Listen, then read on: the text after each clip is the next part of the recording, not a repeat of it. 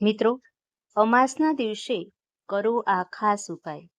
હિન્દુ ધર્મમાં અમાસનું મહત્વ ખૂબ જ વિશેષ છે.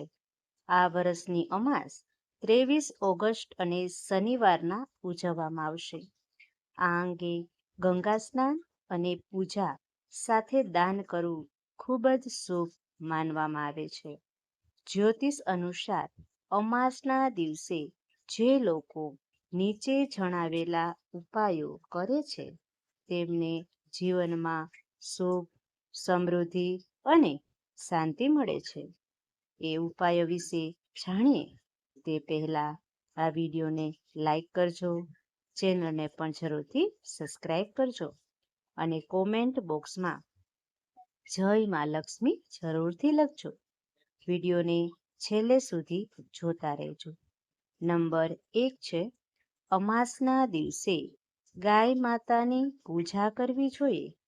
આ દિવસે ગાયને લીલો ચારો ખવડાવવાથી પિતૃઓ પ્રસન્ન થાય છે.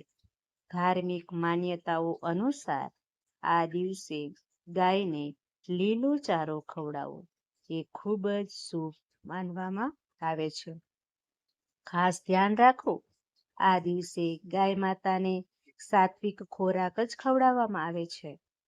નંબર 2, અમાસના દિવસે ઘરના દરેક ખૂણાને સારી રીતે સાફ કરો.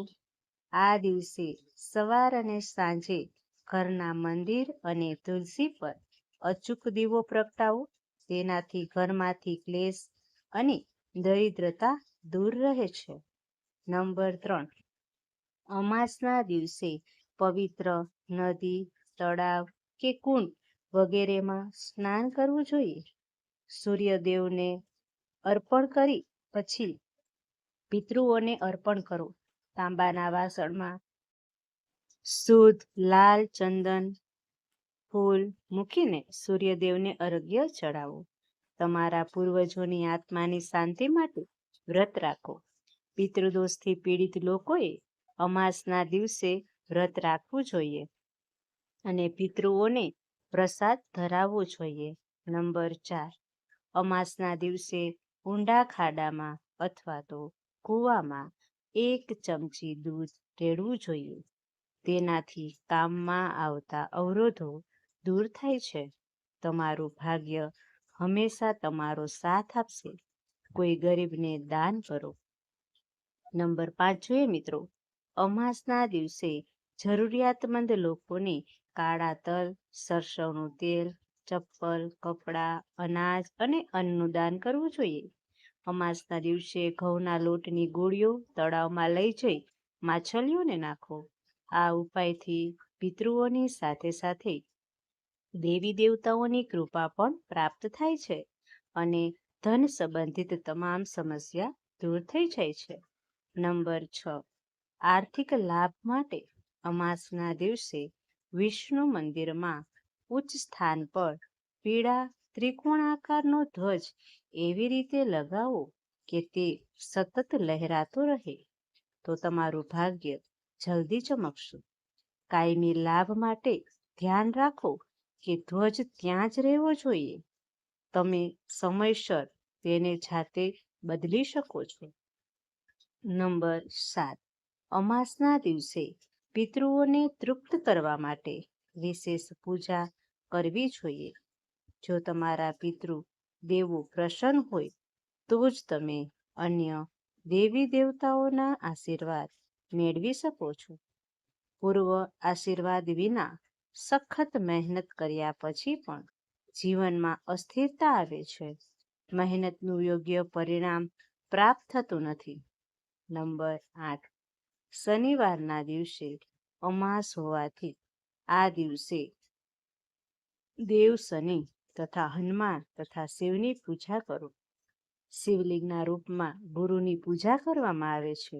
તેથી શિવલિંગ પર કેસર મિશ્રિત જળ ચડાવવું, દૂધ પંચામૃત ચડાવવું, બિલ્વના પાન, ધતુરા, દતિકાના ફૂલ ચડાવવું, ચંદનની પેસ્ટ લગાવવું, પીળા ફૂલ ચડાવવું, ચણાના લોટના લાડુ ચડાવવું, અગરબત્તી પ્રગટાવીને આરતી કરો.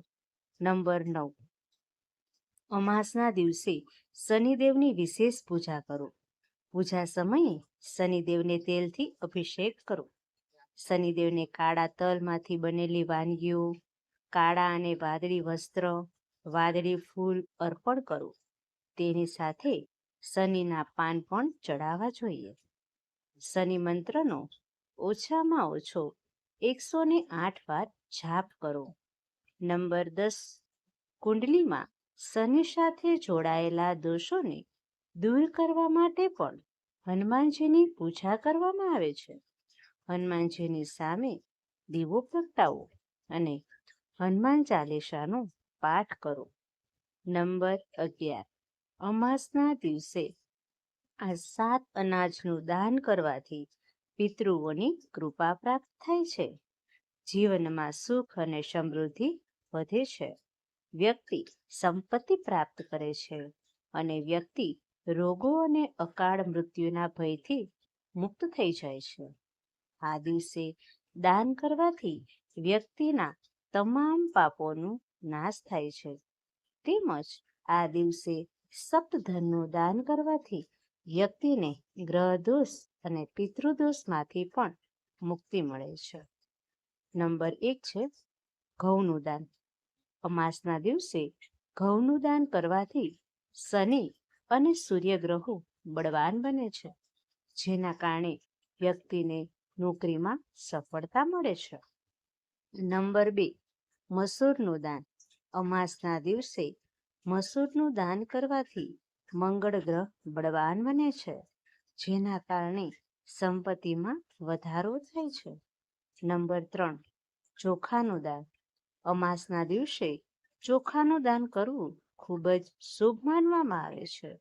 આ ચંદ્રને મજબૂત બનાવે છે, જે જીવનમાં સુખ અને શાંતિ લાવે છે.